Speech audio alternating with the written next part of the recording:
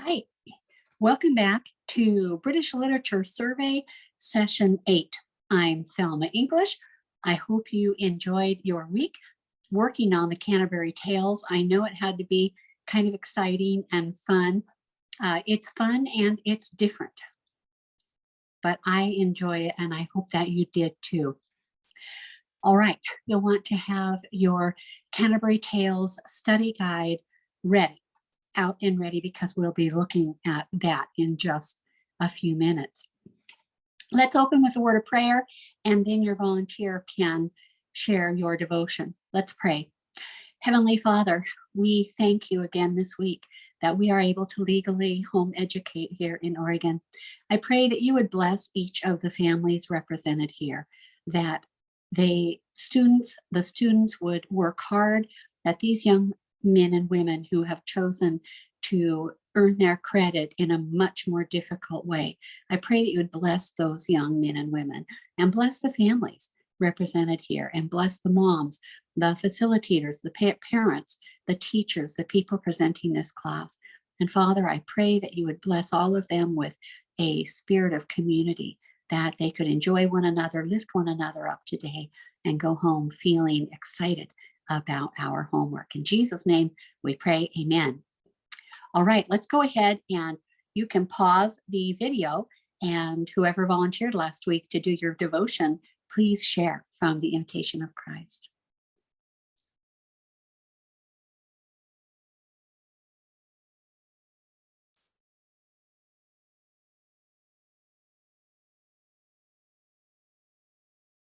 Okay, we're back. Do get another volunteer. Get a volunteer today for next week's Imitation of Christ. If you are doing this class alone, by yourself in front of your computer at home, then I would suggest that you still pause the video and that you read either to yourself or out loud one of the selections from the Imitation of Christ. Please don't miss out on this opportunity to read from Thomas à Kempis just because you're not in a group setting. If you are in a group setting and you are not comfortable reading out loud, I understand that. I never made everybody take turns reading. I always asked for volunteers. But I do ask that if you volunteer to read next week, that sometime during this week, make your selection and read it out loud at least 2 times, maybe 3 times out loud. So if there are any words you're not sure of the meaning in context, you can look them up so that you can read it as a devotion instead of stumbling through the words, so that you can read it and realize, wow, this is really cool, Thomas à Kempis. All right, moving forward. Schedule review. We are now at session 8. The year is flying by. We are continuing in Chaucer's Canterbury Tales. Our study guide is due next week, session 9. We'll be talking about the Canterbury Tales study guide a little bit, and we will finish up with enough time that you and your classmates or you and a parent will be able to talk a little bit about the study guide. Our reading is still just from the syllabus pages, the same pages, page 90 to 167 in our syllabus, which is the Canterbury Tales. This study guide is a huge part of your first quarter grade. And it will, even though they get turned in next week, they're part of your first quarter grade. It's 30% of Q2. So first Q1 is done and Canterbury Tales goes into Q2. Next week, do bring Sir Gawain and the Green Knight with you because he is from about the same time as Chaucer and we are moving forward with some fun things. Now, this is an article, a news article from 2004 from The Guardian, a British newspaper, and I just got a kick out of this. This little illustration is from the Ellesmere manuscript. And the newspaper article said, The Scrivener's Tale, how Chaucer's sloppy copyist was unmasked after 600 years. After more than 600 years, it was his handwriting that gave him away. A scribe who until the weekend was known to history only as Adam the Scrivener, so infuriated Geoffrey Chaucer with his carelessness that the poet threatened to curse him with an outbreak of scabs. Now, alert academic detective work has unmasked the sloppy copyist of the words of the father of English literature as Adam Pinkhurst, son of a small Surrey landowner during the 14th century. So a small landowner, but just to own land is a big deal in Britain. The revelation of his name and some of his background, announced by Cambridge University yesterday, has caused intense excitement and admiration among specialists in the subject. It indirectly helps to authenticate the two most authoritative texts of Chaucer's great work, the Canterbury Tales, the first long poem written in an approximation to modern English, which we call Middle English. We can read part of it anyway, can't we? Professor Lynn Mooney, a scholar from Maine, who is a visiting fellow at Corpus Christi College, Cambridge, tracked Pinkhurst down by studying his signature to an oath in the earliest records of the Scriveners' Company in the city of London and comparing it with the Chaucer manuscripts. His signature is the 8th earliest entry in the company's common paper, or their members' book of regulations. This indicates that he joined soon after the Scriveners began keeping systematic records in the year 1392. If his name is number 8, he was there from the beginning. The date squares neatly with the period of Chaucer's life and authorship. Lots of people have looked at these records before, but they didn't happen to be people who were working on scribes. Professor Mooney told The Guardian yesterday. They were not equipped to recognize that Pinkhurst's signature is also the handwriting of the Canterbury Tales and of two earlier Chaucer works, Troilus and Cressid, and Boece, his translation of Boethius's The Consolation of Philosophy. If you want to be an English major, that is something that you should tuck into your bookshelf or get from the library, The Consolations of Philosophy by Boethius. Neither would they have Professor Mooney's formidable immersion in the calligraph side of the period. She has compiled a database of more than 200 scribes working in England between 1375 and 1425, so a 50-year period, the years immediately before and after the birth of printing. The handwriting of all of her scribes is found in more than one surviving manuscript. So she has, it's kind of like Bible manuscripts where you're looking for a certain Jewish scribe, but she is looking for Chaucerian era scribes, and she can tell who made the copy by their handwriting. Until she confided her discovery to the British New Chaucer Conference on Saturday, Adam was known only as the butt of a sardonic short poem published with the Canterbury Tales after the poet's death. The poem is titled Chaucer's Words unto Adam his own Scrivener. It chides Adam for all his errors in the two earlier manuscript books. And it's funny because he's kind of cursing his poor Scrivener, and yet he really is a good worker. He's a very good worker and he did a good job. Adam Scrivener, goes the poem, if ever thee befall, Boece or Troilus, for to write new, under thy long locks thou mayest have the scowl. I hope under your long hair you get the scabs. But after my making thou write more true, so oft a day I mought thy work renew. So often during the day I must your work renew. And to correct and eke to rube and scrape. He's got to scrape it off and rewrite it. Remember, these are calfskin vellum he's writing on. And all is throw thy negligence and rape, which didn't always mean rape like it does today. It meant a gross violation or abuse. The same thing, but today it is only used for rape. Different time period. The poem has the primal rage of writers through the ages whose work is sloppily reworded during the editing process. But Pinkhurst, Adam Pinkhurst, far from being an incompetent, emerges as Chaucer's most favored scribe in an age where writers worked closely with individual scriveners rather than dealing with scriptorians or a script factory. Better to work with your own scrivener, so because he knows how you talk, he knows what you say, he knows your word usage, and he will do a better job.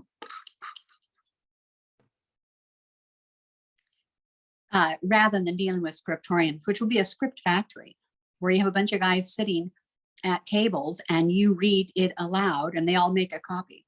And that's what they ended up doing after Chaucer's death in 1400. He can now, Adam Pinkhurst, be recognized as the scrivener of the two most authoritative copies of the Canterbury Tales. The Hankworth manuscript, which is now in the National Library of Wales, And there was a mansion. It was the Hankworth manuscript because that family owned it and they had a mansion, but it was in such disrepair they took it down in 1962. And then also the Ellesmere manuscript, which is right here in California in San Marino. Really amazing that it's just here. Professor Mooney says Pinkhurst is likely to have come from Surrey. That's in southeast England, about 30 miles from London, where his surname derived from Pinkhurst Farm. You can still go to Pinkhurst Farm, near Abernere Common between Guildford and Dorking. Records exist of property transactions involving an Adam Pinkhurst, probably the scribe's father, and his wife Johanna in the 1350s and 1370s over properties in Dorking and surrounding villages. If they keep all the property records, you can kind of track people down by their name. This would have made Adam, the scrivener, a son of a small landowner brought up in a short distance from London, who went into the city to learn a trade and make him as a writer of court letters. Chaucer was already well connected in the city as the son of a vintner.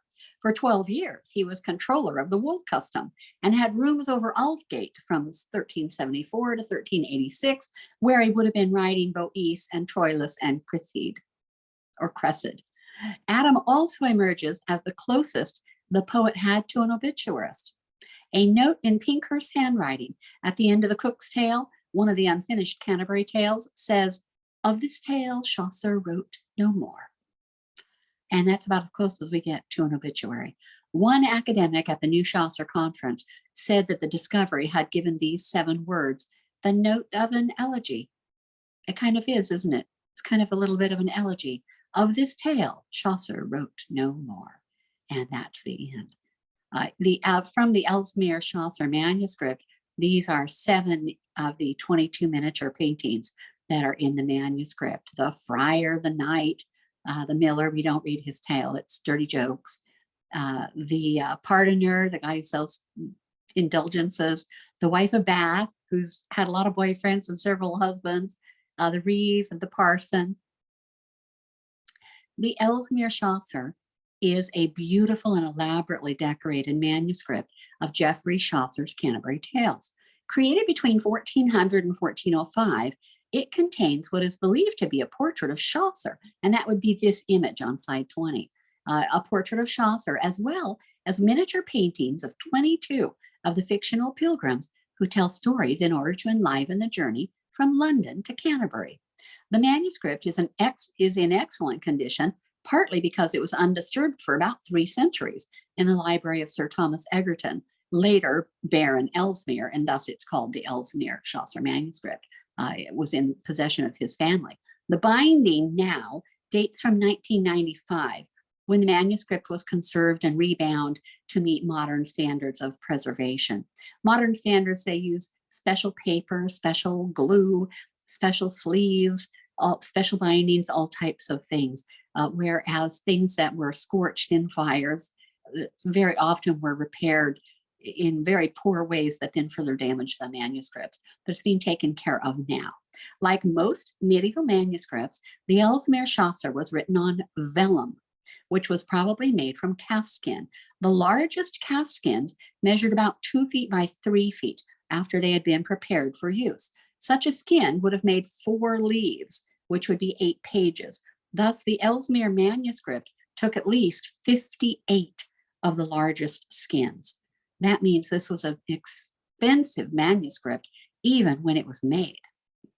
The Ellesmere Chaucer manuscript, a little close-up of the prioress, who, remember, is not really dressed like what you think a nun would be. And the prioress, of course, is in charge of all the nuns, and her rosary is wrapped around her wrist, remember, with a letter A for amour, for love.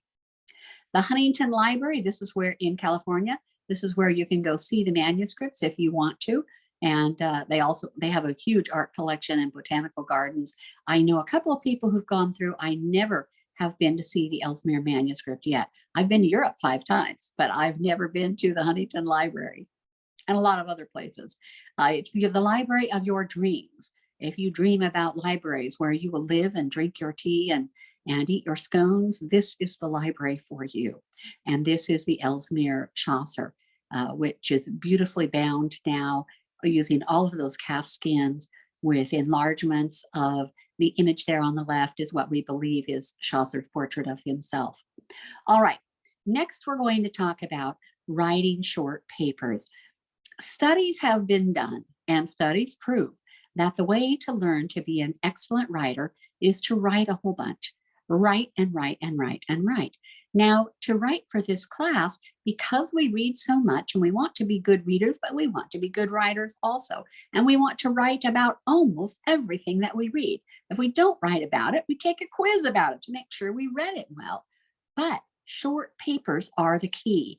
And that's why I like study guides, because you can answer questions one thing at a time, and your facilitator, parent, or teacher can tell if you understood what you read. And even if your answer doesn't match mine exactly, if the person grading your paper can tell that you understood what you are saying, then you probably have that right. The purpose of a study guide is to prove to me, the person reading your paper, to prove to them that you read the work well, that you understood what you read, and that you can actually have a conversation with Chaucer, with the author. And that's what a little miniature character sketch or a mini plot study is all about. To write a plot study, if you're going to write a plot study, and this would be on The Knight's Tale, you must first read the glossary entry for plot analysis. And there you'll learn the basic idea of this mini essay. And I've got the glossary here in front of me. And when I look at plot analysis, it's quite a short paragraph. And it says, to analyze a plot, the reader will record the main framework of events in a literary work and present them on paper, utilizing literary terms. So use these words, please. The writer will identify the genre, the setting, the time period, the location, introduce major characters and identify what they represent, identify the conflict. What's the big deal? Why is the story a story? What's the big deal that has to get resolved? The main plot, the subplots, the rising action, the suspense, the foreshadowing, identify the climax, the big deal, where it all turns around or falls apart, falling action, and the resolution at the end. The writer will use as many literary terms as possible, please, inserting quotes from the text with line or page references. So do give the syllabus page number, column 1, line 40, or something like that. And of course, we're writing on The Knight's Tale. If you haven't got this far in your study guide, if you're behind in your study guide, you're going to be sorry this week. And I'm sorry that you put it off, but that's the way it is because you have a little paper to write right in the middle of your study guide. You can also look at syllabus page 423 for a more comprehensive overview of a plot study. The object of the plot study is to demonstrate that you understand the story, which in this case is The Knight's Tale. Now, you have to identify the genre. And we talked about this last week. We said that The Knight's Tale is a medieval chivalric romance. It's also sometimes called a courtly romance. Either is correct, and that describes the story. That is the genre of this story. It's a medieval chivalric romance, or sometimes called a courtly romance. As romance, it appeals to a court audience, primarily female. All of these Norman women, now referring to themselves as English, not French, hardly enjoy this story of two noblemen who are fighting over one woman. It's a great story for a woman. Then you need to identify the setting of the story, identify the time period in history, and identify the geographical location. This is key for The Knight's Tale because that's what gives it part of its humor. And if you have not studied classical literature, even if you did, if you didn't do real well, this may not jump out at you. This information is what makes The Knight's Tale unique and fascinating. The difference in the geographical location, the time and history, and all of that. Chaucer's audience were medieval society. They're listening to a story being read to them about medieval people living in ancient Athens. Medieval people living in AD 1400, but they live in ancient Athens from about 12 or even 1300 BC. And this Chaucer's audience would have laughed. That would have been really funny to them because it's kind of like putting a Stone Age character from a cartoon, I don't know, or even Popeye is not a Stone Age cartoon. The Flintstones, it's kind of like putting the Flintstones in space. You've already in a space story.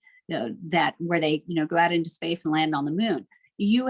They're so far apart, the setting, the people, and the place, that it's funny from the get-go. And that is the case with The Knight's Tale. Theseus, who is king in our story in medieval Europe, was actually king of Athens 1200 BC, before the Trojan War. And the Trojan War was 10 years, 1194 to 1184, because you're counting backwards, BC. And Theseus was king way back then, and they've stuck him as king here 2,400 years later. Medieval knights are walking around in The Knight's Tale. They're walking around a city that has theaters decorated with ancient pagan deities, which are completely gone. The church is in charge with medieval knights, but the city is decorated, the theaters are decorated with ancient pagan deities. All three main characters make offerings to pagan deities in pagan temples. The guys make offerings to Mars, the god of war, and Emilia makes offerings to Diana, who's also called Artemis. Diana by the Romans, Artemis by the Greeks, who is a virgin goddess who doesn't want to get married because Emilia, or Emily, does not want to get married. The story of the two noble kinsmen is an ancient story. Chaucer has simply dropped medieval characters right into a classical storyline. And classical always means, it's not a classic, classical. Classical means all things pertaining to ancient Greece and ancient Rome. As we anticipate the medieval style competitions to fight for Emilia, we read reference of the four elements. That this is that odd conception of the universe being made up of a balance of earth, water, fire, and air. And if anything is out of balance, then the world is not right. If anything's out of balance in your body, then your body's not right. If any of these four are out of balance in the world, then the world is not right. That's very, very medieval. That's not classical at all. We read references to degree and order. These are both referring to someone's place in the great chain of being, what is also called the hierarchy conception. And that is not classical. That is definitely medieval. And you're looking for medieval references and classical references in your study guide, and I'm giving them to you. Our city's funeral page, it's on page 130 in the syllabus. I'm sorry if this is a plot spoiler. You should have read this by now, but it includes pagan elements. They hold ancient Greek style funeral games, just like in Homer's Odyssey. In Homer's Odyssey, as Odysseus is trying to get home, and it takes him 10 years to get home, but as he's trying to get home, if somebody dies, they stop and they have a big funeral, but they perform funeral games, things like discus throwing and javelin throwing, foot races, archery, boxing, all types of things that are Olympic sports. Remember, the Greeks thought of the Olympics. 776 BC was the first Olympic game. But here in this medieval story, they do ancient pagan Greek style funeral games. The funeral games were designed to make warriors more fit. That's what the Olympics were all about. Then you need to introduce the major characters, introduce Palamon, Arcite, and Emilia, and mention their parts in the story. I'm not sure in our syllabus if she's spelled Emily or Amelia. Choose one and just stick with one. Remember that this story is before spelling, and so there are multiple spellings that you will see in various resources. We see the medieval system of values within the hierarchy conception.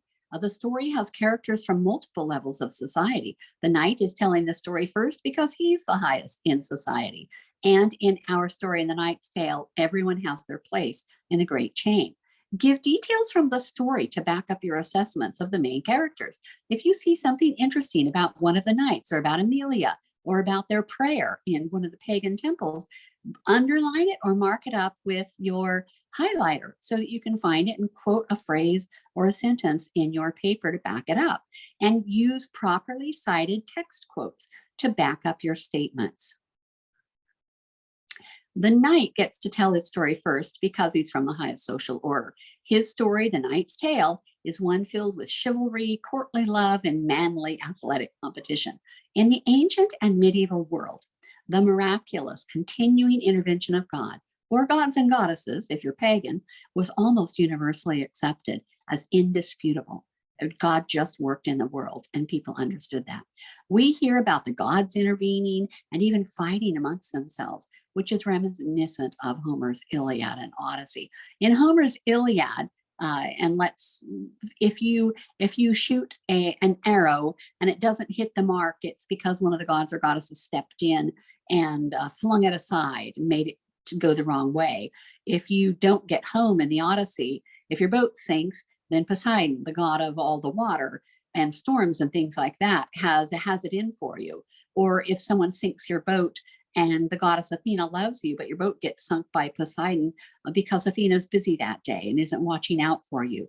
The gods and goddesses in classical antiquity are basically the equivalent of modern sport heroes. They're very, very athletic, perfect physical specimens, and very, very spoiled, used to getting everything they want.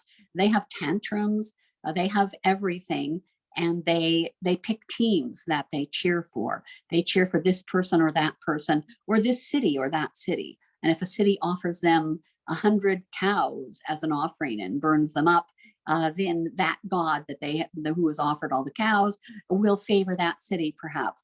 But they're also like little children. You know, sometimes you hear about sports heroes or movie stars on television just being petty because they have so much. They have so much. They are not used to real work. They don't know what it's like to live in the real world and not be beautiful and not have cameras pointing at you all the time and being worshipped everywhere you go with people clicking their cameras, that they get quite spoiled. And that's what the gods and goddesses are like. They are not omnipotent, knowing everything. They are not omnipresent everywhere all the time, like God is. They are not, they're not omniscient. They don't know all. They're not omnipresent everywhere. They're not omnipotent, all powerful. They really are like oversized humans who don't ever die and can intervene in things. So we hear about the gods intervening, and Homer did this in the Iliad and the Odyssey. The gods and goddesses were not supposed to fight with the humans, but every now and then they would just get a little too excited and go down and enter the battle themselves. And good luck to a human who tries to battle a god. The gods will always win. And of course, in Iliad and Odyssey, the gods and goddesses had human children because if a female goddess gets together with a human male, then their child will not be a god, he will be a demigod. And so he will live for a long time and be kind of powerful and real hefty, strong and beautiful and all of that, but they're going to die. Eventually they're going to die. So demigod was a very sad thing to be. But we will see in the Iliad and Odyssey that the gods and goddesses, these petulant gods and goddesses, come down and fight and participate. And Chaucer does this also with The Knight's Tale. And it's quite funny if you can remember the Iliad and Odyssey, or think about it later. If you do classical lit next year, I do hope next year to get classical lit recorded also in 2023-24. And we'll see if that happens. But The Knight's Tale is absolutely marvelous for the way they jump around. Now, you need to identify the conflict. If you're writing a plot study, you need to identify what the conflict is. What's the exciting part of the story that determines how the story will end? What's the conflict in this story? Do you have an idea? If you're in a class, say it out loud. What's the conflict in this story? Yes, it's the fight of the two knights who love one another like brothers, but are willing to kill each other for the hand of Amelia. That's the big conflict. Mention the rising action, the things that take place to drive the story, to the conflict. So as the action rises, you might write that the men are supposed to die in jail and they don't, right? They're supposed to die in jail, they don't. One gets out, he goes home, he comes back so scruffy and gruffy, he hopes nobody recognizes him. But of course they run into each other, and then they run into Theseus, and then they have a year to get ready for this jousting thing for the hand of Amelia. And Amelia doesn't want to marry either of them. She doesn't want to get married. That would be all that rising action. Is there suspense in The Knight's Tale? Well, yes, I think there is. Feel free to check out Pink Monkey Notes or Cliff Notes or something like that. But if you actually quote those notes, they do not count as your word count, and they need to be quoted and cited properly. So you can look to those notes maybe to get some vocabulary words or get some ideas. But if you use the exact words from study notes, you do need to quote them properly. There's nothing wrong with using those. Please don't go to Wikipedia. Wikipedia is going to have a pagan secular view and does not even understand. They don't understand things. They just don't use Wiki. You won't be allowed to use Wiki in college anyway, because it's too generic and it is too liable to be riddled with misinformation. Is there suspense in The Knight's Tale? Yes, there is. Of course, building up. Will they run into each other? Will they die there? Will one of them get out? Will both of them get out? Will Amelia choose? What will happen in the jousting tournament, etc.? That's all the suspense. You also have to make note of any suspense. The authors, that's a slide typo, apologize. The author's use of suspense to make sure that you want to finish reading the story. I chose this for my PowerPoint and it kind of messed up my spelling. The climax of the story in Chaucer's Knight's Tale. The climax, the big deal, takes place when? Somebody raise their hand and say it. Say it out loud. What's the big climax of that story? If you haven't read the story yet, this is not going to help you very much. The climax takes place when? Yes, the big fight. The big fight. Who's going to be alive? Who gets Amelia? Who's the loser? Will they kill each other? Will they both change their minds? What happens? Then, in a plot study, the falling action. And that's where we see the resolution of the conflict. So the falling action in Chaucer's Knight's Tale is the resolution of the story, how the problem is solved. The falling action is the last 5 minutes of a movie, when you see what each character is going to be doing for the rest of their life as a result of the climax. After the big deal, then you kind of get to see where each person goes off to. Who's dead? Who's still alive? Who gets the girl? In this story, the two sworn brothers cannot both gain the same woman. That's the rising action. There's plenty of suspense as the reader wonders whether the men will have a chance to woo their woman. Remember, they're both on death row in the Tower Chamber. One of them has to beat the other. That's the conflict, the big jousting tournament. And the resolution is the way the story works out. If you're quoting from these slides, please just quote Thelma English, PowerPoint number 8, slide 41, and quote from the slide. You're welcome to do that. If I'm quoting from a source and quoting from Chaucer's English Guide or something like that, then you need to say Britlit class PowerPoint number 8, slide 41, give the quote, and then give the book title that I'm quoting from. So your plot story, can you really do it in 100 words if you're grades 7 and 8? Not really.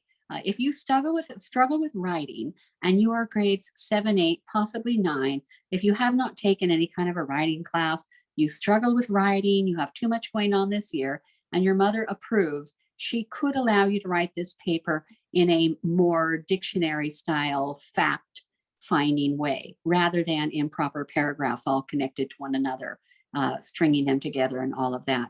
Of course, we prefer a short paper that is done correctly.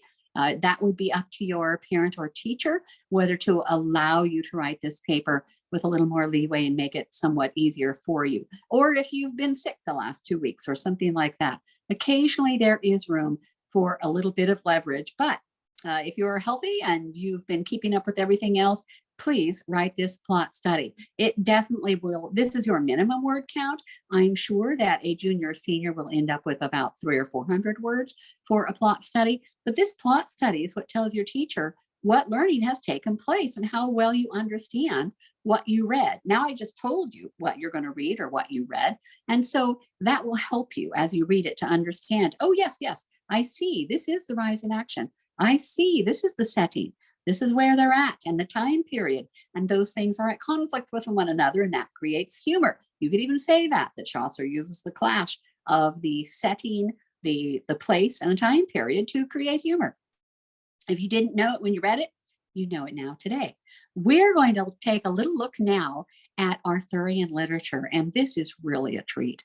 Arthurian literature does not always make it into the syllabus for reading. I will tell you that Sir Gawain and the Green Knight is part of the Arthurian legend. We will not be reading any other Arthurian legend except today literature, but we are going to look at Arthur and the literature surrounding King Arthur and look at the myths behind it and look at his legend and see what we can find out about King Arthur. Was he real?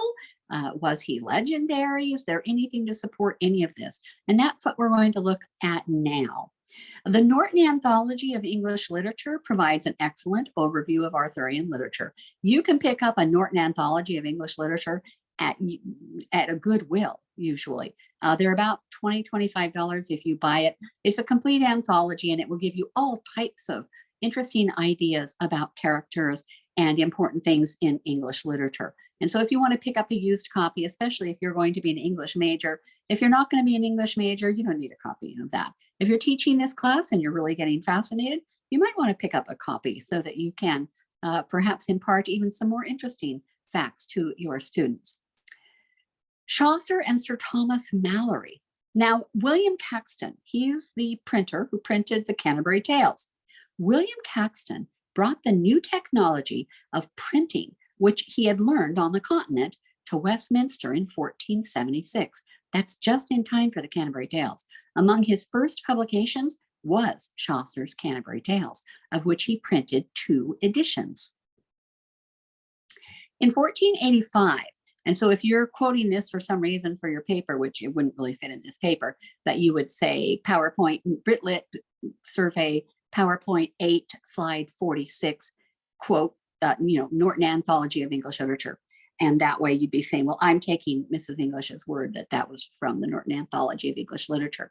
So in 1485, he printed Sir Thomas Malory's works under the title of Mort d'Arthur, which means the death of Arthur in French, dividing them, as he tells us, into books and chapters.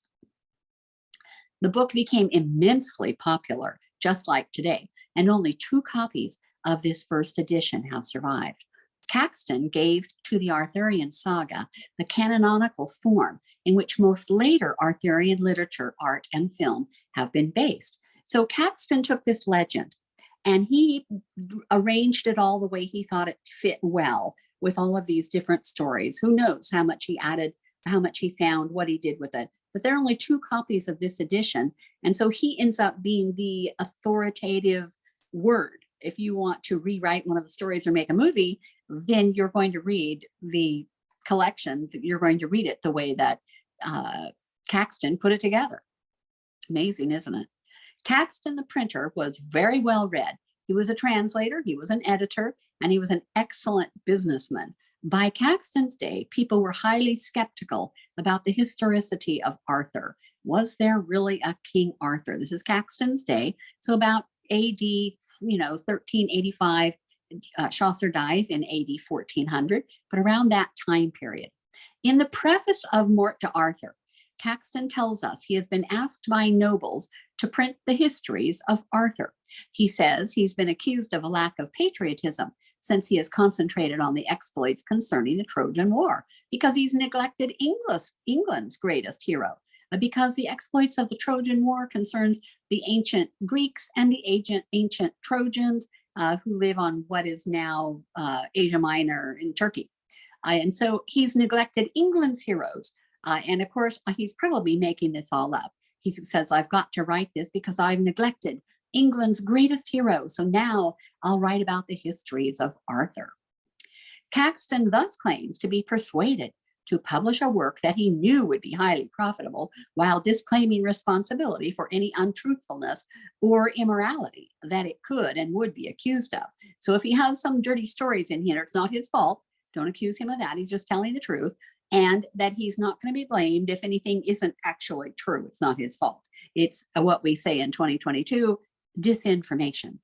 Queen Elizabeth I, her tutor Roger Ascham, will later call it open manslaughter and bold bawdry.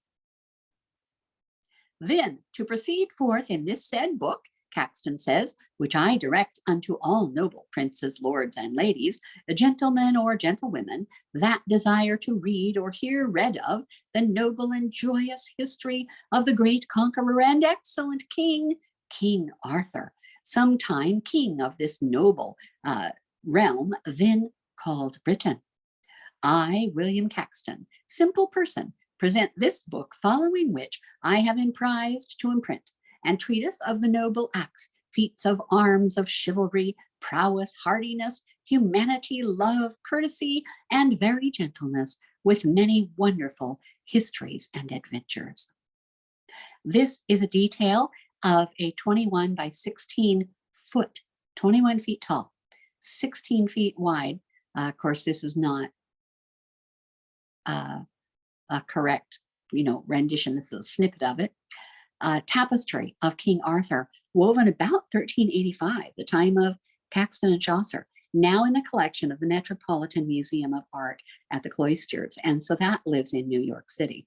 The tapestry is one of 5 that survive from a set of tapestries of the 9 worthies, champions who became the subject of poetry and art during the 13th century. I think it's in, I'm trying to think of which of Shakespeare's plays.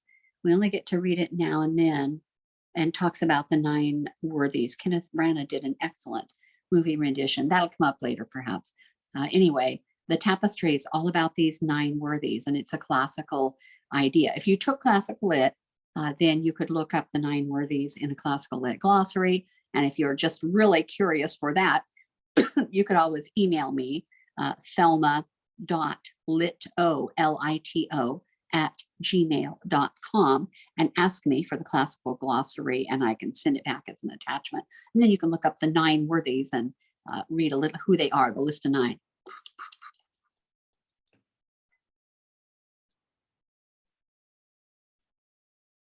This is ancient artwork. The lady of the castle visiting Sir Gawain inside the curtain around his bed. And she really shouldn't have done that. We'll be reading Gawain, and he's a knight at Arthur's round table. And so he has taken all of these vows. But the lady comes in to see him in the morning and gives him a kiss. And I believe I talked about this last week, that he stays with this knight and his wife. I don't think he knows he's a knight, but he stays with this man and his wife at their home. And the man goes out hunting every day and says, I'll give you everything I get today, and you give me everything you get. And eventually Gawain has to give him a kiss and says, this is what I got today, and gives him a kiss because the lady kissed him, we can presume, on his cheek or forehead or something like that. But she should not have intruded into his room inside the curtain around his bed. This is from the Gawain manuscript in the British Library. This is Gawain, Yvain, rescuing the lion. This is from a manuscript, Department of Rare Books and Special Collections in Princeton University. Yvain is mentioned in our, well, he's not Sir Gawain. Yvain is mentioned in our Sir Gawain text on page 3, if you have your Sir Gawain text. And Gawain and the Green Knight, oh my goodness, you're going to love that. So please do a good job on the Canterbury Tales, because as always, we have to race ahead. This is a survey class, English literature survey. So we read a lot of books, and we read them very fast and hopefully enjoy them. There is not a Thelma Read Aloud for Canterbury Tales at this time. There is a Thelma Read Aloud for Gawain that I made 2 years ago, and I think you will enjoy that. The duel between Yvain and Gawain in the manuscripts department at Princeton University again. And the Round Table at Winchester Castle. Supposedly in AD 1275, Henry III had an oak copy of Arthur's Round Table made. And Arthur would have been about 800 years prior to Henry III. The Round Table hangs in the Great Hall at Winchester in the remnants of a castle constructed, of course, for William the Conqueror. In 1067, he conquered King Harold at the Battle of Hastings in 1066, and then started building castles. And this hangs in one of those castles. It may have been made to celebrate a round table tournament for the betrothal of one of Henry's daughters. So it might have been made for a really special occasion. It was a table on legs more than 15 feet in diameter, and it weighs over 1,000 pounds. Amazing, isn't it? And now it's at Winchester Castle and it hangs on the wall. This is a page from the unique Winchester manuscript of Malory's works, which would be Arthurian tales. This was just found in 1934. During your lifetime, I would expect more manuscripts will be found, and things get found. People dig up more and they find manuscripts, and then they argue for several years whether it's original or forgery, and they finally figure that out. And if they wanted it to be a forgery but it's real, then it kind of lays low and nobody talks about it, especially if it's something biblical and you're proving that 1000 BC people were literate and could read, which has been done now through archaeology. We realize that a lot of people read. They found an ABCDary from 1000 BC, the time of David, in Jerusalem, and it's authenticated, but nobody talks about it because nobody wants to think about Jewish people in the time of David. They didn't even want to think about David being a big fancy king. They thought he was just a warlord. But excavating his castle in Jerusalem, they find that it's a huge, massive castle. Hasn't even been, not his castle, his home, his palace. And I'm in Brit Lit, so I'm thinking castle, but we're talking about a big palace. You can check on that. You can always look up archaeology news. I do. And they'll start delivering it to you and read about things they find in Jerusalem.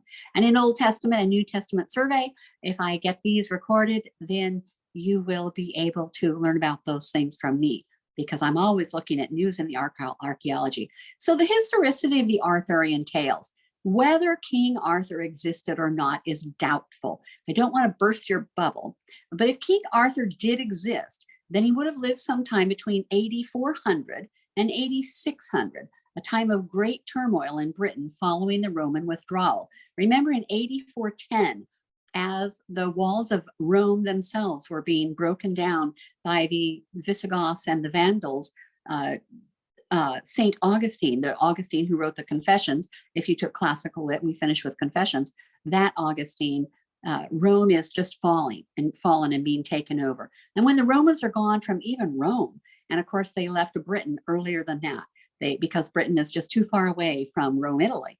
So when they left Britain, abandoned it, and then people start going in to get whatever they can into Britain, and there's no law and order when the Romans leave. And so during this time, AD 400 and 8600, that would be a time of great, great turmoil following the Romans' withdrawal. Written literature was not plentiful during that period. 8400 to 600, you pretty much just have religious things. So the stories are only known from folklore passed down several generations before being written down, or from modern archaeology offering insights from excavations of sites. One possible author, if there was ever a true King Arthur in history, he would probably be the Romano-British war leader who was named Artorius, which is a Roman name for Arthur. Though the Roman legions left Britain in AD 410, the general population of mixed Romans and Celts would have had generations of Roman law, education, culture, and society left over. They've been living like Romans. So they have all of this organization and travel arrangements and all of that, all left over. The earliest mention of Arthur comes from a 6th century poet named Aneurin. The poem is preserved in a manuscript circa AD 1250. The poem only mentioned Arthur's name once, referring to a warrior in the poem as being brave, but he was no Arthur. And this is a cool site, legendsofkingarthur.co.uk. That's pretty cool if you want to read more about Arthur, and that's a safe read. Most of the early legends of King Arthur come from Welsh sources between the 8th and 10th centuries. The Welsh are the ancient Celtic or Celtic, depending on who you ask, the people of Wales, and that's where Wales is. Prince Charles, who's now King Charles, used to be the Prince of Wales. The case for a historical King Arthur rests on 2 sources, the History of Britain and the Annals Cambrai, both of which claim that King Arthur is at least partly historical. The History of Britain, written anonymously in AD 829 or 30, is of dubious historical value as it shows a number of mythical figures as genuinely historical. But it does show at least that King Arthur as a figure was current by AD 829 at the latest, that he was being talked about. Now, what about the Venerable Bede? Bede wrote in his Ecclesiastical History of the English People, that means church history of the English people, in AD 731, but he doesn't mention King Arthur by name.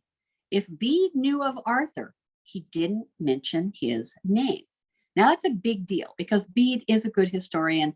He does have some legends that are kind of wonky and weird. If you end up reading, it's a very easy read, the Ecclesiastical History of the English People. It's fascinating to read, but don't believe everything that it says. It's not the Bible, and he does have some things that kind of are legendary.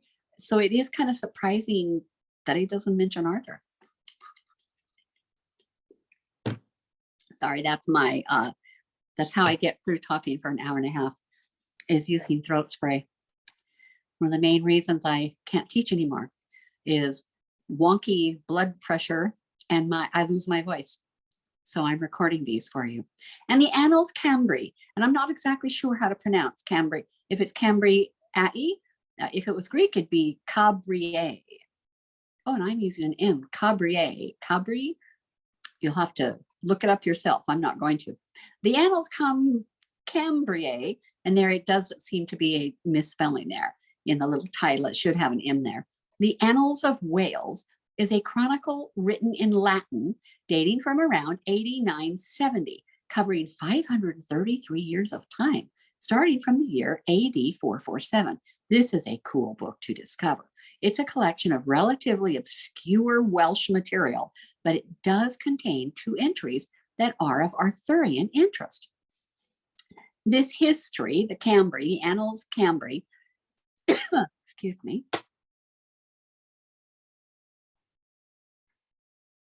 mentions Arthur in 2 entries.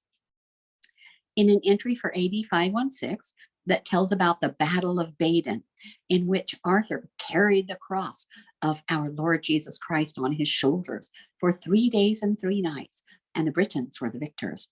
And an entry for AD 537 concerning the Battle of Cumlin, in which Arthur and Modrocht, you may know the pronunciation better than me, fell. These are the rings at Hilfert, the Bradbury rings at Hilfert, one of the possible locations of the Dark Age Battle of Mount Badon. This is a big deal for Britons. And of course, there are all types of cathedrals who believed that they had pieces of the true cross of Christ. And so to have Arthur carry the cross of Christ for 3 days would be, to put that in part of his legend, would really make him out to be a superhero Christian type of leader. Crétin de Troyes was a French poet, and he was the first great exponent of the romanticization of Arthurian legend. His narrative romances were composed about 1170 to 1185, that's AD, in rhymed couplets. They include Eric and Enid, Clie, Lancelot, Le Chevalier de la Charre, the Lancelot, the Knight of the Cart, Yvain, the Chevalier au Lion, so the Knight of the Lion, and Percival, the Comte de Grail, I think the Keeper of the Holy Grail, which would be the Cup of Christ. These are his narrative romances. And of course, everybody wants to think that they have all of the holy old things like that. The Ark of the Covenant has been missing since the Babylonians took it from Jerusalem in 586. Either the priests of the Lord buried it deep underground and no one's ever found it, so the Babylonians wouldn't get it, or the Babylonians carried it off, or it was carried off earlier, not mentioned in the Bible, but we don't have any mention of the Ark after the 586 Babylonian destruction of Jerusalem. And so people like to think that all of these things are still in existence and that they got carried away. And if you're Britain, they got carried away to Britain. Writing around AD 1130 with History of the Kings of Britain, Geoffrey introduced the first literary creation of the character King Arthur. Other authors introduced the idea of courtly love. Crétin de Troyes That's French, and I did take several years of French, but I don't know how to pronounce that properly. He built and expanded on this base of plots. Geoffrey of Monmouth wrote about the conception and birth of Arthur at Tintagel and Arthur's marriage to Guinevere. The Anglo-Norman author Wace created the Round Table and the idea of Excalibur, so that fancy sword that comes up out of the lake and goes down into the lake at Arthur's death. Creighton de Troyes is the man who created the idea of Camelot, Lancelot, and the Holy Grail. So we can trace through all of these authors, and each one then contributed to the Arthurian legends, making it a little bigger and a little bit better and a little more exciting. Although Creighton de Troyes did not describe the Grail, the Holy Grail, the cup of Christ at the Last Supper, as a chalice, he appears to have used the word in the meaning of a flat serving dish. The current description of the Grail as a cup came later from Robert de Baron. And so it originally was a little bit of a bowl that you drank out of, and then it got turned into a chalice usually with jewels encrusted all over it, as though Christ would have used that at his Last Supper. Now, what about the Holy Grail? I know you want to learn about that, right? Joseph of Arimathea is often credited with being the one who first introduced Christianity to Britain. So Joseph of Arimathea, with just a stretch of imagination, one can guess that Joseph and the chalice came to Britain together. So Joseph, who gave his grave to Jesus, and so he gets the chalice and then he takes it to Britain. Joseph is believed to have come to Britain with the chalice around AD 37, shortly after the crucifixion of Christ. So the Holy Grail goes all the way from Jerusalem, down in your lower right-hand corner, all the way up to Britain, all the way up to Glastonbury. And so that's the way the Holy Grail. Actually, that's how the rock is supposed to have gone there too. The Genesis 28 rock, Jacob's rock that he slept on. St. Joseph came to Britain with his family and several followers. He settled at Ian's Whitton, which now is Glastonbury, but the Grail was taken to Corbenick, where it was housed in a spectacular castle, guarded always by the Grail kings, descendants of Joseph's daughter, Anna, and her husband, Bronze. This is a great story too, by the way.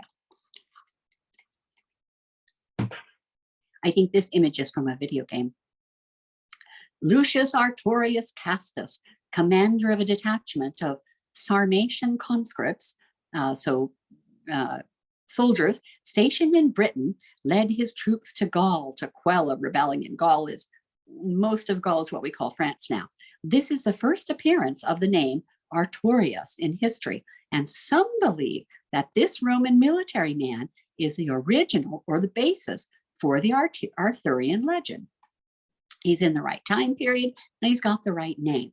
The exploits of Lucius Artorius Castus may be the basis of many of the Arthurian legends. Later, the name Artorius became a title, just like Julius Caesar was the first emperor, and then his last name, Caesar, then becomes a title, so that Augustus, his nephew who comes after him as the second emperor of the Roman Empire, becomes Caesar Augustus. They take his name as a title, and that's what happens to Artorius.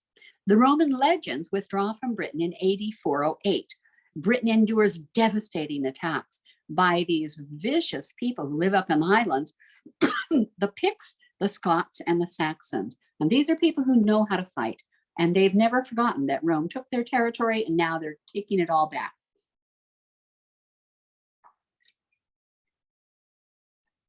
There's a period of famine and civil war in the British Isles around 440 to 450. This is AD. Cities go to ruin because the Romans have left. So the Romans aren't there keeping everything up. And all the other inhabitants come, and people who just want to come steal stuff. Cities go to ruin, towns are left abandoned. Some citizens migrate west completely out of Britain because they've gotten used to civilized society. The country begins to be divided into geographical factions. When the Romans leave, all organization, military, political, all of that is gone, and it's going kind of back to the way it used to be. The Gallic Chronicle records prematurely that Britain, abandoned by the Romans, passed into the power of the Saxons, so the previous owners. In the first year of Marcian and Valentinian, Hengst arrives on the shores of Britain with 3 keels, we are told, of warriors, and are welcomed by Vortigern. This event is known in Latin as the Adventus Saxonum, the coming of the Saxons. 8450 in an English literature textbook will be a chapter heading or something like that.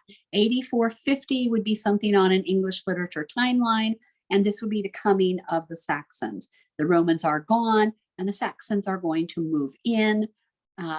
We have invasions from what are now called Normandy, Norway, Sweden, and Denmark.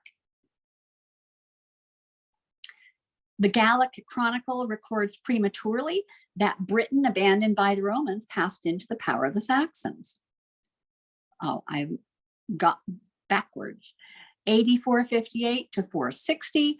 Here is a full-scale migration of British aristocrats and city dwellers across the English Channel in Brittany into northwestern Gaul, mostly what we call France today. It's just so uncivilized with the Saxons, and these are the Viking relatives all in charge, and they're leaving. They're going back towards civilization. This includes a British contingent led by Riothamus, thought by some to be the original figure behind the legends of Arthur. So you're kind of getting the idea that the Arthurian legends are legends.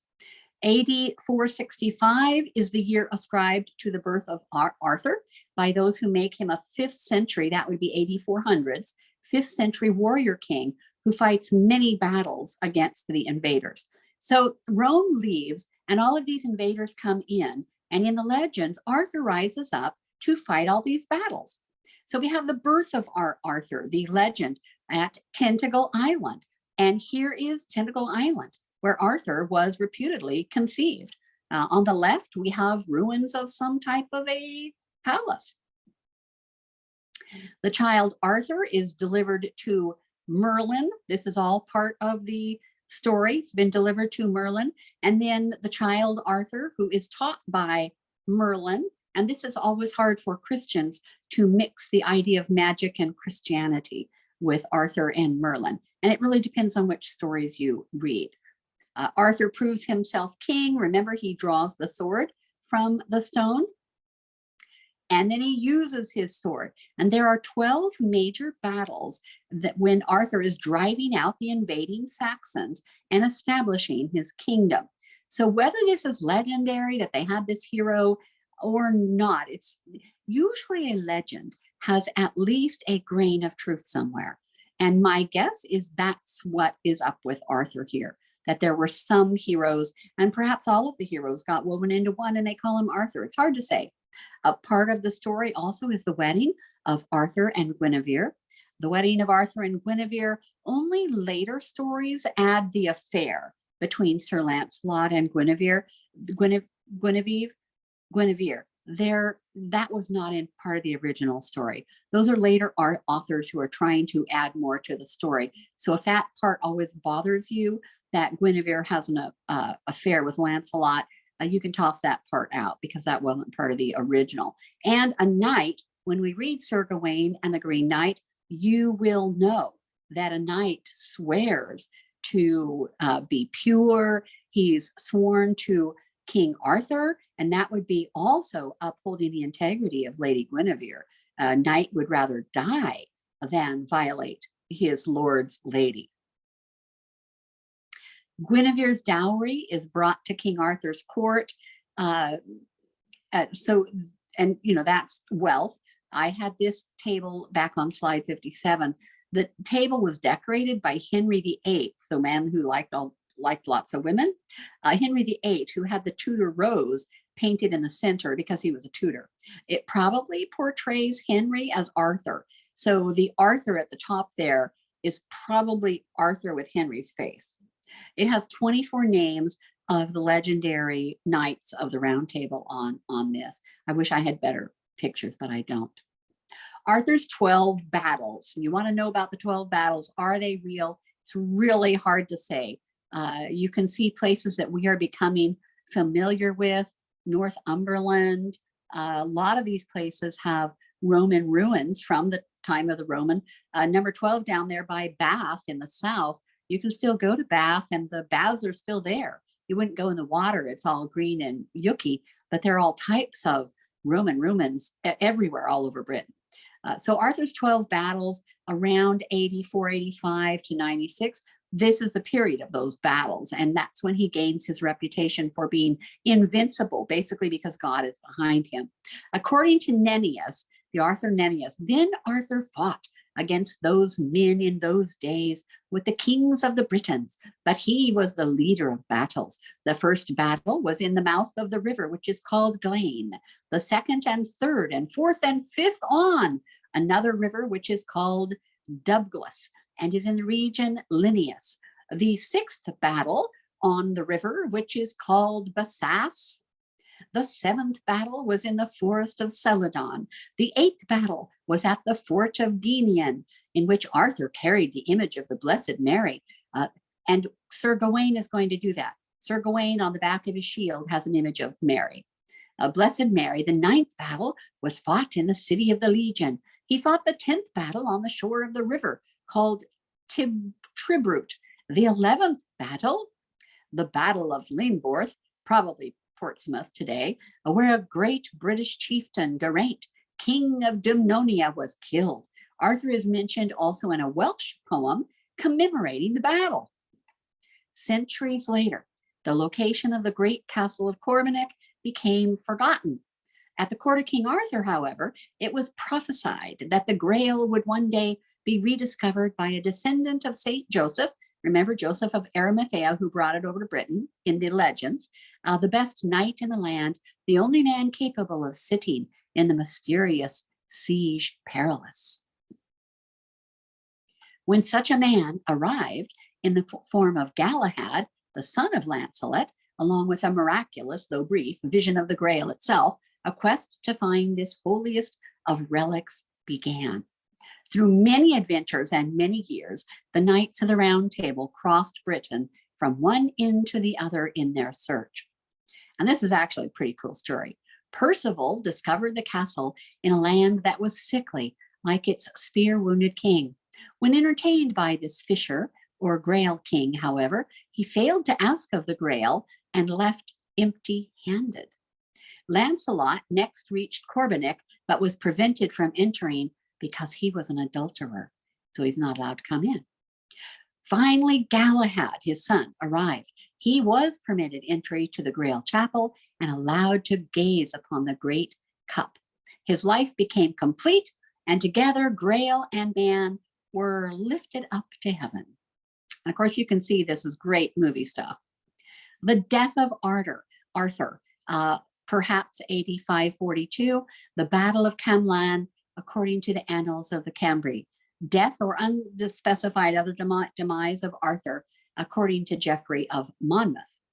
The death of Arthur, which is Le Mort d'Arthur in French, is Sir Thomas Malory's compilation of some French and English Arthurian romances. It was first published in 1485 by William Caxton.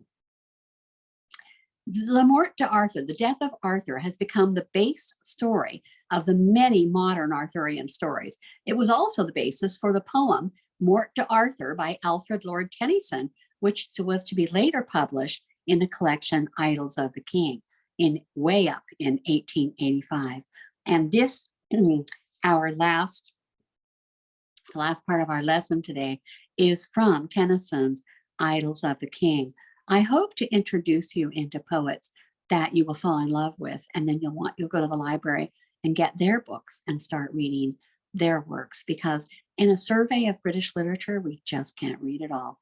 All right, this is a selection that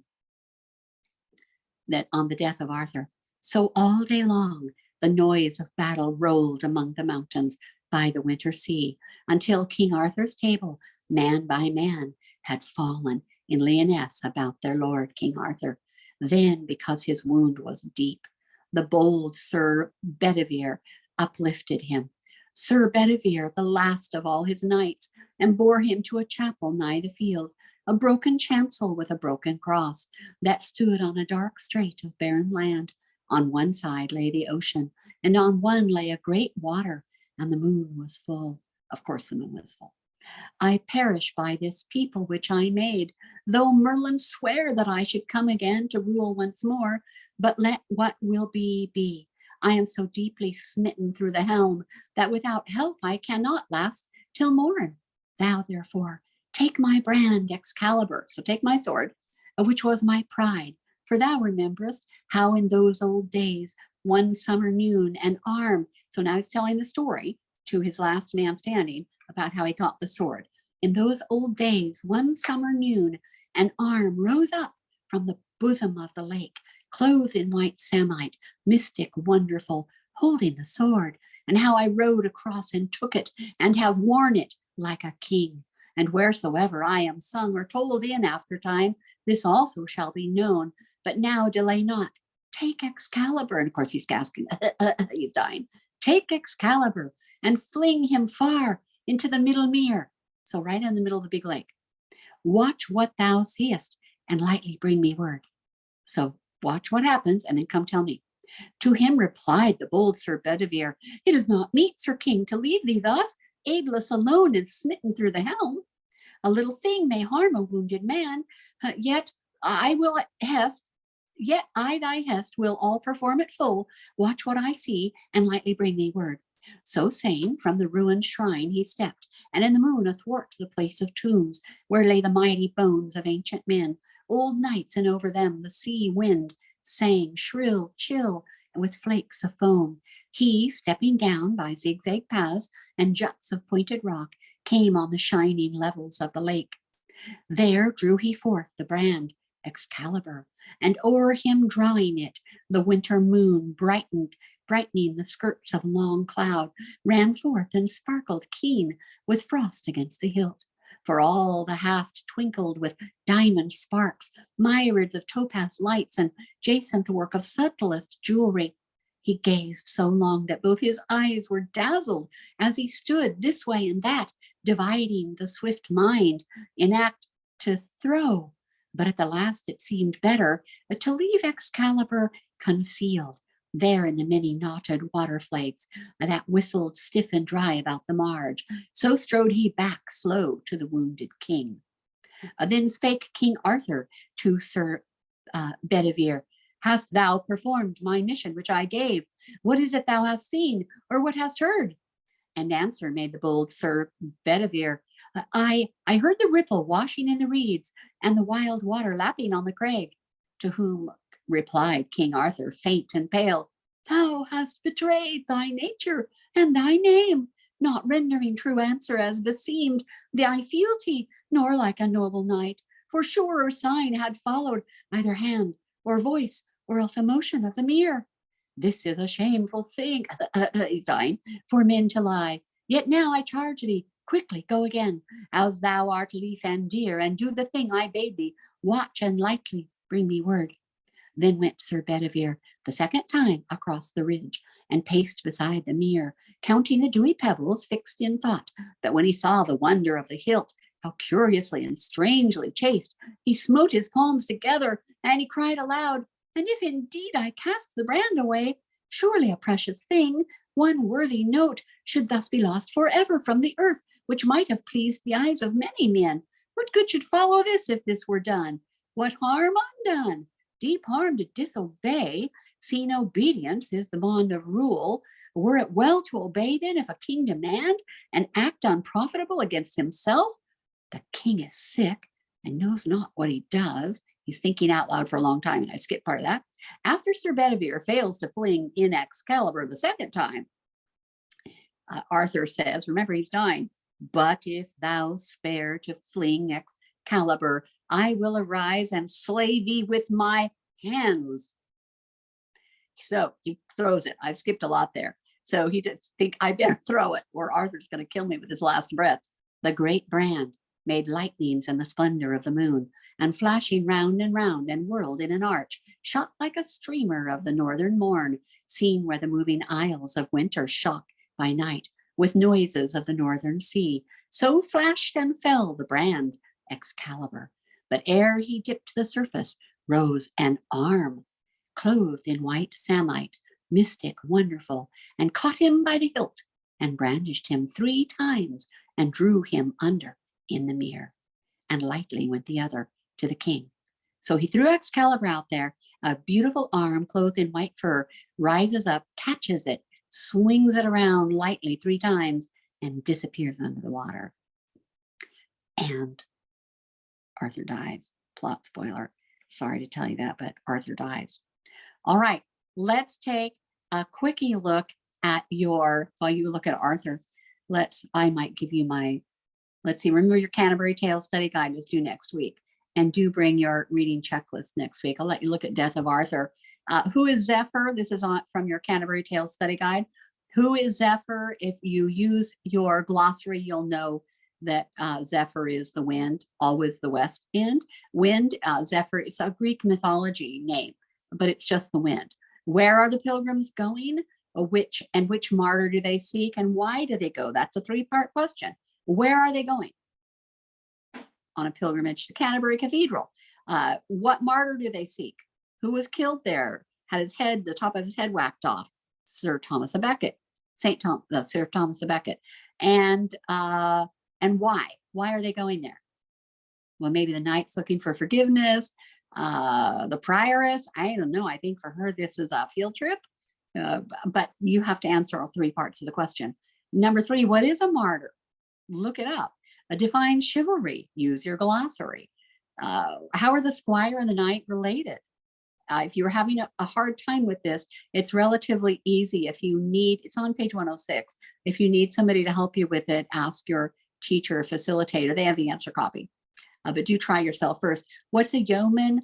A yeoman is a lesser official in a noble household. In this story, the yeoman is the servant of the squire, and the squire is the son of the knight.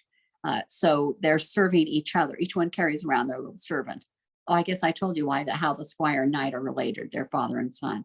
Describe the prioress and her companions. And remember, how are you going to describe her? You're going to tell who she's coming with. Remember, she speaks really bad French. She eats delicately. She tries to sing. She's pleasant. She loves animals, and she wears a rosary and a brooch that says amour, that means love in French instead of a cross. And she's got another nun and at least 1 priest, possibly 3. The text varies as far as the understanding of that. And she's even got little dogs. She's dressed more like a noble woman than a prioress. Describe the appearance of the monk. What's he like? He's a monk. He should be part of the church. And he's dressed really fancy, right? He's dressed in fur. He's got a gold pin. He's got a love knot. He's fat. He's bald. He's got red eyes. He's not like a monk. He even wears beautiful fine leather boots. Define prelate. Look it up. Define wanton. If you're really wanton, then you're running around all the time. And this is describing the friar, who should be a religious character. Chaucer's making fun of all of these religious people. Yes, the world is ripe for the Reformation. And Chaucer paints this picture beautifully for us, that the church is very, very corrupt. Let's see, number 11, prepare a short character study of the clerk. And remember, look up in the glossary, a short character study, just a few words, 25 to 40 words. Tell me what about him. We know he's an Oxford scholar.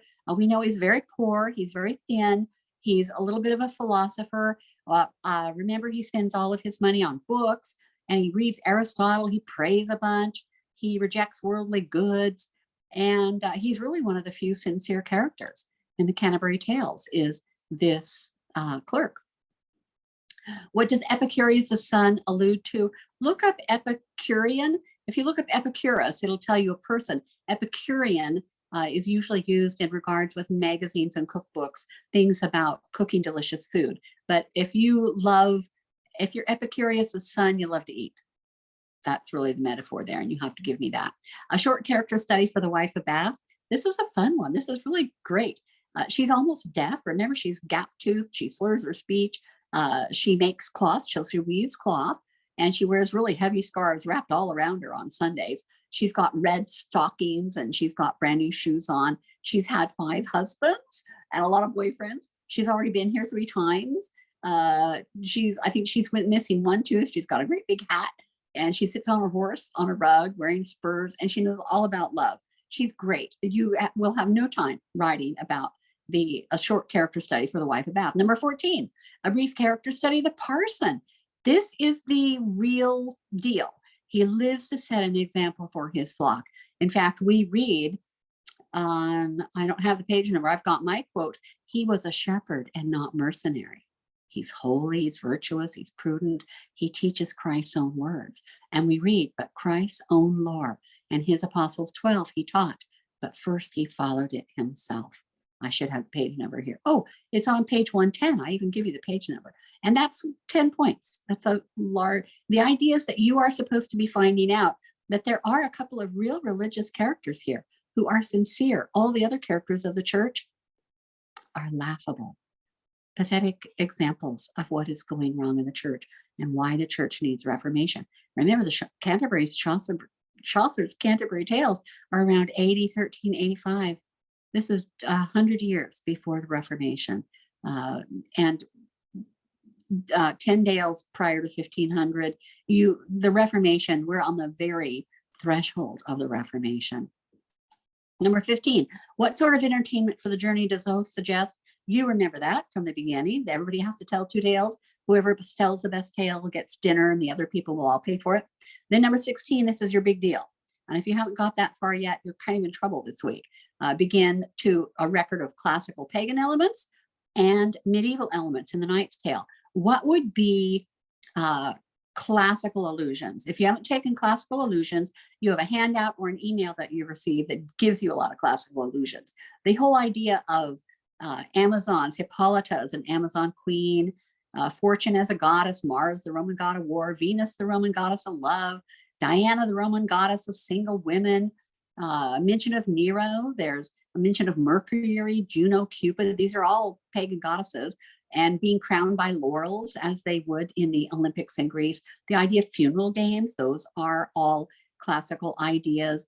And then all the queens and all the people that are mentioned, and having funeral games, that would be pagan. That would be classical allusion. Medieval allusions are easier because you're more familiar with medieval ideas. That would be even the mention of chivalry, all the things the knight is all about, the 4 elements, the idea of the chain of balance, the chain of order, the great chain of being. Any reference to degree or order is medieval. That's the hierarchy conception. And you're looking for mail. On page 120, you have a mention of mail, and they're talking about chain mail that a knight would wear. Even at the tournament itself, that's a medieval reference. The idea of being a servant of love is medieval. Palamon does this when he prays to Venus on page 125. He says he's a servant of love. That's very medieval. And of course, the story climaxes when the knights are jousting while tourneying, and that is in our text on page 128. The references to degree or order in referencing to the duke, the squire, and the knight. Any reference to degree or order is a hierarchy conception or the great chain of being, and that is very medieval.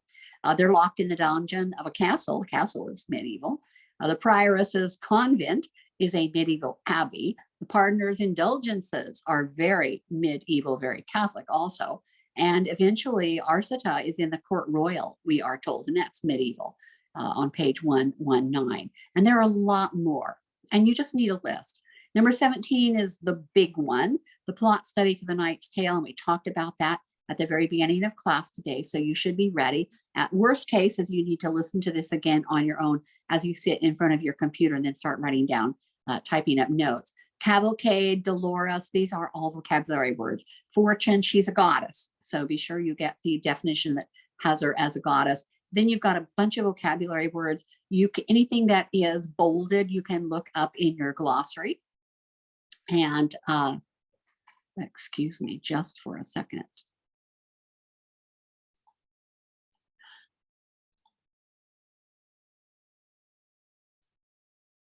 Okay.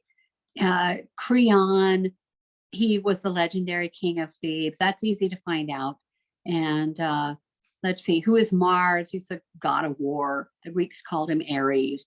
And let's see, a donjon, that's a dungeon. We call it a jail, prison. Number 25, define gaoler, that's a jailer. And we'll see that all throughout the rest of this year. So look these words up and know them well enough that you can use them. Define bane. If something is your bane, it's your mortal enemy or your curse or ruin to you. If you say, oh, my bane is cupcakes because I eat them all, they're my ruin. But bane is usually your enemy or something like that. Who is Venus? Number 27. What are her main attributes? Actually, she's the goddess of prostitution. People think she's a goddess of love, but it's really passion, beauty, and prostitution. She is not loyal. Number 28. What kind of meter is in the Canterbury Tales that Chaucer created and Shakespeare later utilized extensively? We talked about this last week, that it's iambic pentameter. Look that up in your glossary, and it'll be very easy for you to find a sample. And there, upon, down on his knees, he fell. I just pulled that line out, and which is actually genius. And I'm asking the question so that you will remember that. I will be at Shakespeare. Number 29, what are the 4 elements? And of course, look those up in the glossary and remember those, because those are all over everything we read from here till the end of the year almost. Who's Mercury? That's the god, the messenger god, the guy with the little, he always wears a coat because he's ready to go, and he's got a hat with little wings and little boots with wings, and he carries a staff and all of that. Look him up in your glossary. Argus, classical illusion. Look him up in your glossary. Phoebus is the god Apollo, and if you look that up in your glossary, you'll have a full sentence that you can use for an answer. Cupido, that's the Cupid. Cupid, the son of Venus. Define a hart, H-A-R-T. Number 34, define hart. That is a male deer. A female deer is a hind, a hart and a hind, H-A-R-T. Shakespeare uses this all the time with puns. That was, you shoot a deer and thou hast pierced my heart also, would be a pun on 2 different kinds of hearts. A jape, number 35, look it up. It's joke or quip or something like that. Opine, if you have an opine, you have an opinion of something, look it up. Laudation, we even use laud in hymns, look it up. Define dower as it's used here. It's used here about the Virgin Mary. This is number 38. And the dower is usually part of the deceased man's estate allotted by law for his widow. And so this is, the prioress is saying here that she cannot, by her praise of the Virgin Mary, increase Mary's heavenly merit or endowment. She just can't do that. That's number 38. And if you know you need to come back to the video at a certain point, you should always look at your watch when we start, or look at the slide number so that you will be able to fast forward to come through and find the slide you need, or the point in time that you need. Benignity, look it up. A primer, you may have had a primer when you were a little kid, look it up. Antiphons, when you sing responsively, this side of the church sings this part and the other side sings the other part. That's when the little boy is dying. Sacrament, as it's used in a Catholic mass. Primal foe, of course, is Satan. Dale, look it up. A sow, here is a pig. Temperate, and of course that's everybody should learn to be temperate, moderate, to be moderate. Define physic, it's some type of a medicine or a home remedy would be called a physic. They wouldn't call it medicine, they'd say a physic. Number 48, define humors, look it up. Superfluity, look it up. So something is superfluous. Bilious, look it up. Irascibility, melancholy, most of these are vocabulary words, and most of them are in your glossary. The apothecary is what we call pharmacist today. Look up these words. Do learn these words. Gramercy usually means thank you, and Shakespeare uses that every 3rd or 4th page. So, and it will be all over the Green Knight too. So please learn these words and use these words. Learn them well. Number 58, define austere. You need to know that word. Number 59, summing up the nun's priest tale. If you do this at midnight the night before it's due, you'll be sorry. What's the theme or moral of this beast fable? What is the theme? What's the moral on this? So you only have 40, 45, or 50 words, but you need to know the theme. We talked about this last week, the 3 possible themes for the nun's priest tale. So the nun has a priest with her, and the priest tells this tale. And basically, Eve brought all these problems, etc. You can look it up last week. Okay. I hope that you have a wonderful week. finishing Chaucer's Canterbury Tales, and do bring Sir Gawain and the Green Knight next week. Okay, the Lord bless you. I'll see you next week.